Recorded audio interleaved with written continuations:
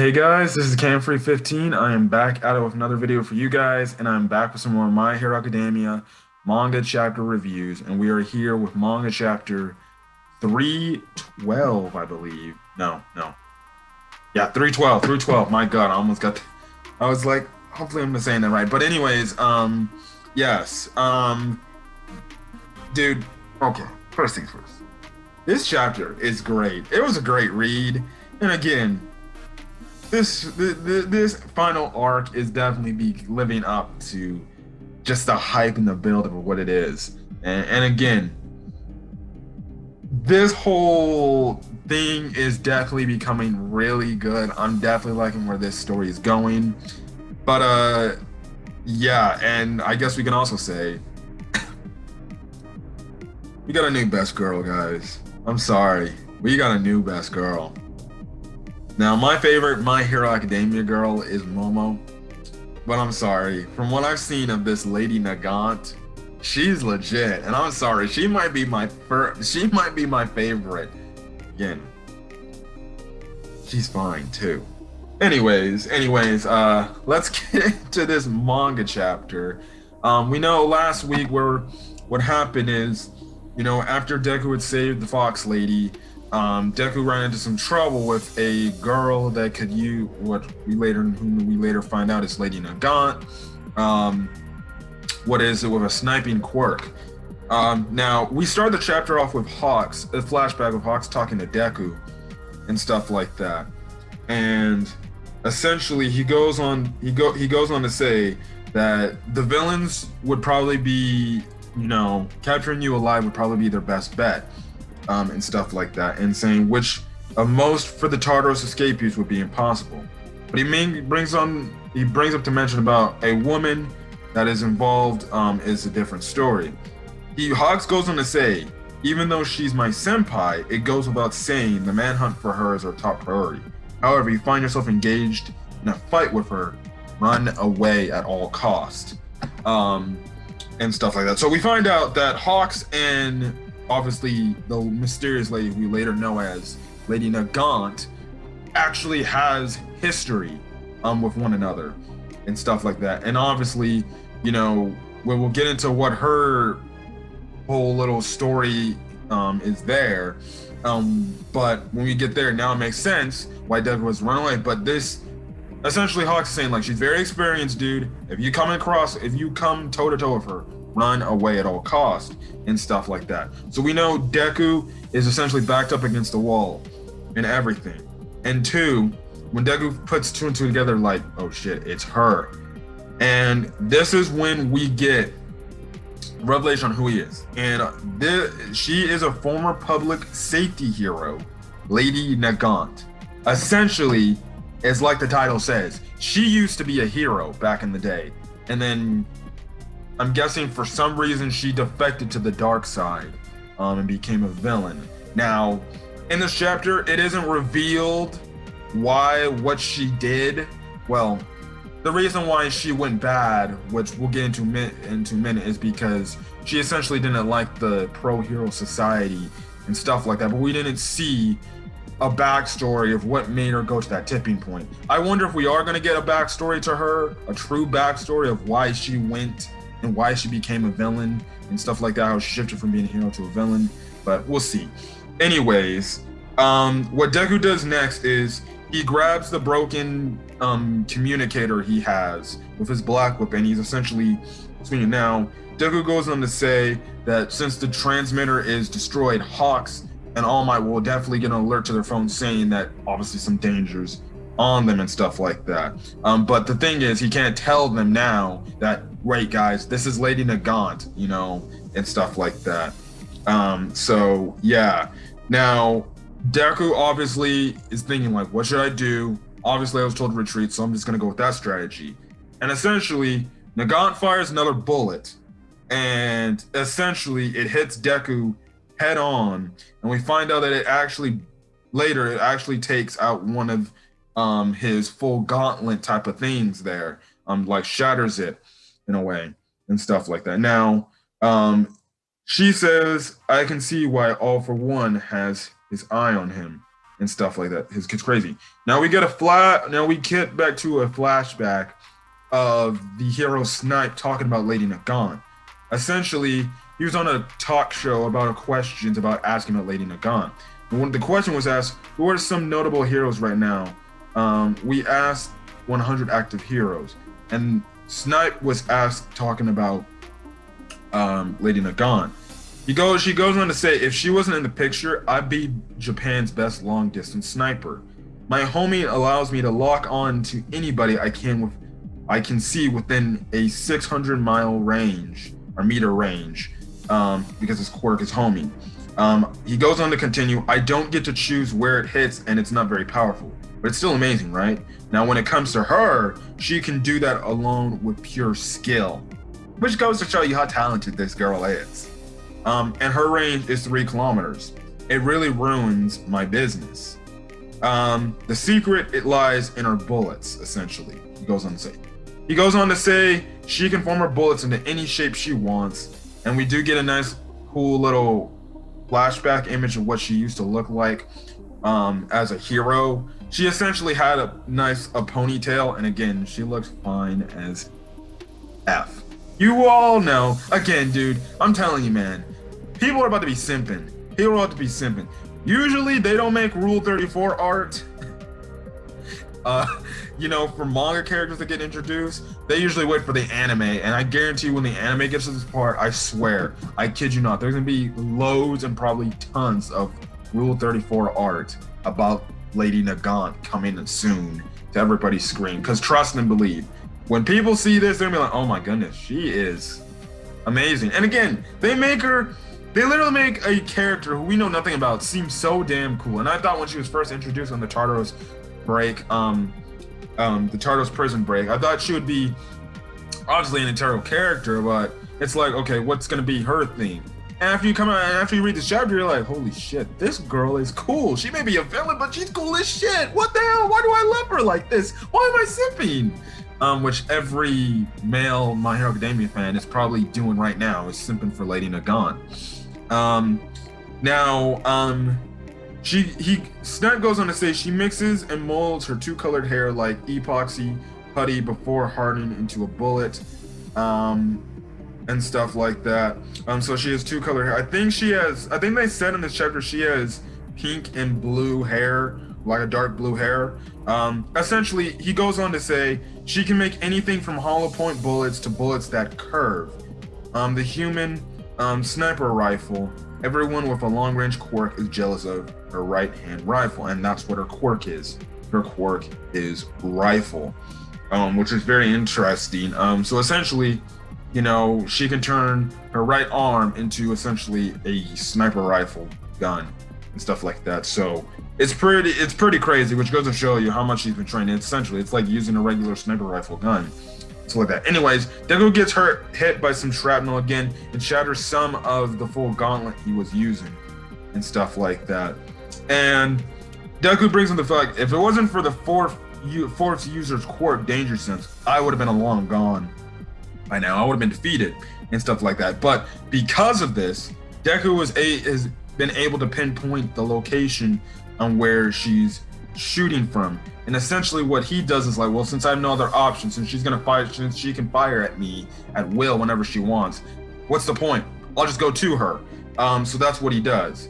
Now we cut back over to the Lady Nagant and stuff like that, and she goes and say, this is the first time someone has deflected 2 of my bullets.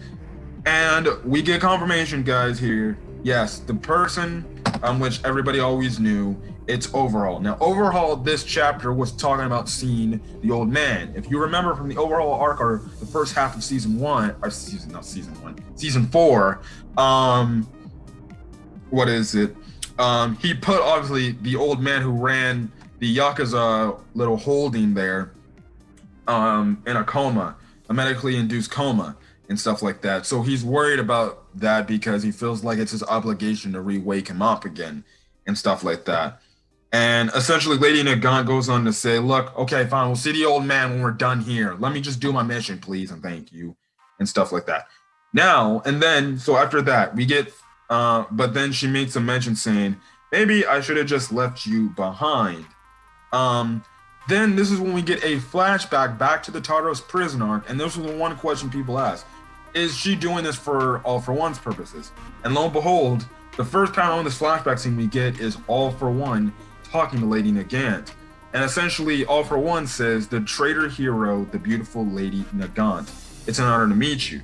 Obviously, Nagant knows who All for One is, and they even say that at one point she chased after this dude back in the day. We don't know how old she is, but it definitely seems she's maybe in her late 30s, early 40s, maybe late 40s, early 50s.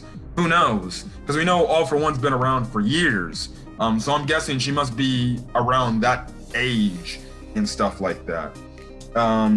So yeah, now All for One replies by saying, "I consider you to be leagues above everyone else.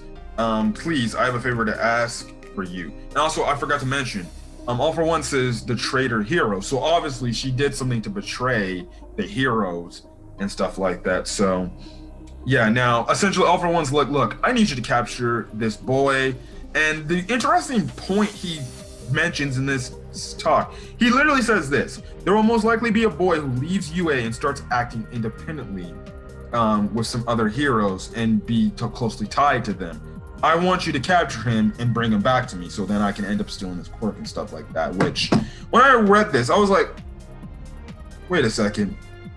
That's essentially everything that has played out on Deku's side to this point. Does this man have another quirk that is like Night Eyes, Foresight?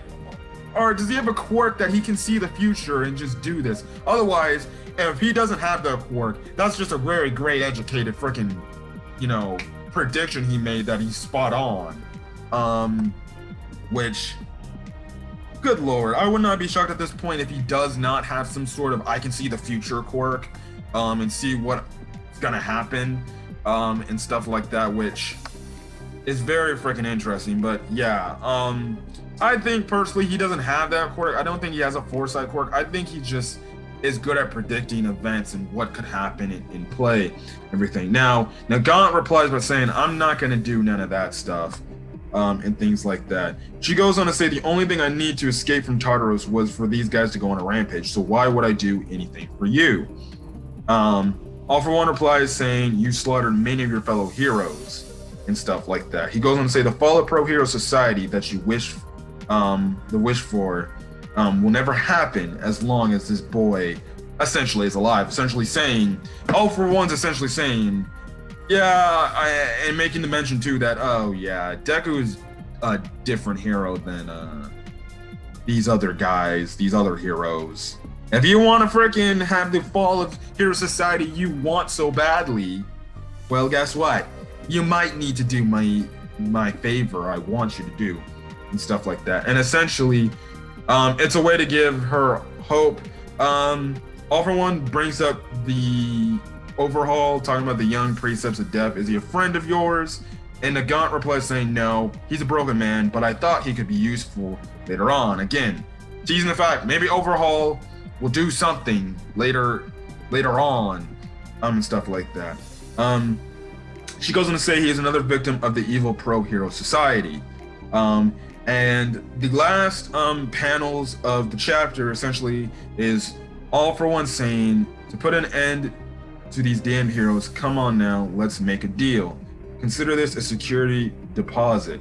And essentially, the last panel of the chapter is All for One gave Nagant another quirk next to a rifle quirk, and the quirk is Airwalk. And essentially, Nagant says, "I will carry out the mission." So obviously, this means she has definitely agreed to All for One's demands, because guess what? He's doing the whole thing where, all right, you want here, I'll give you this quirk to help you out and stuff like that. So she has the quirk Airwalk, which definitely seems somewhat similar to Deku's float quirk. So I wonder if we're getting a Nagant versus Deku fight. Definitely an aerial battle here. It's definitely be very interesting because, hey, you're a sniper. Snipers, obviously, after they shoot their first snipe shot, they would probably want to go move somewhere else, because if you stay in the same place, you're more likely for your opponent to find out your location and then end up freaking catching you in the act and stuff like that. But this chapter was very interesting. Lady Nagant is a very interesting character. I want to know more about her. Why, other than the fact that obviously she turned into a villain because the hero society she didn't like, and she wanted it to crumble and fall. I want to understand, I want to get a backstory for her, why she did that. Why did she go over and become a villain? Then just like, what was the breaking point for her? I'm saying, where she's like, I can't screw with this hero society. This hero society is not going to work long term, and stuff like that. And again, we know Deku. It's like I mentioned earlier. All for One knows that Deku is not the ideal hero for the past, like, how many years heroes became a thing. He knows that Deku's different. He could definitely change the thing. And again, it goes to show you that All for One actually fears the true potential that Deku can have, because he's like, capture this boy and bring him to me, and stuff like that. And we know that Deku is a different hero. We know that Deku wants to be a hero that wants to understand behind people's reasoning. So maybe he gets a chance to talk to Overhaul and Nagant, ask them, why are you doing what you're doing? Like, are you doing this because you're just out to kill and just do it for fun? Are you out here because you were wronged by the past of hero society and stuff like that? And where can I connect with you? And that's the one thing, Deku can use to, maybe, I wouldn't say try to get Nagant on her side, but maybe Nagant is like, this boy is different than the other heroes that I thought I saw in my past. They're not, he's different. He actually is what a hero should be. So who knows? Maybe that happens and she defects for All for One and maybe assists Deku in the forward and saying, okay, I'll maybe help you, but there's no guarantees that I'll do this and that.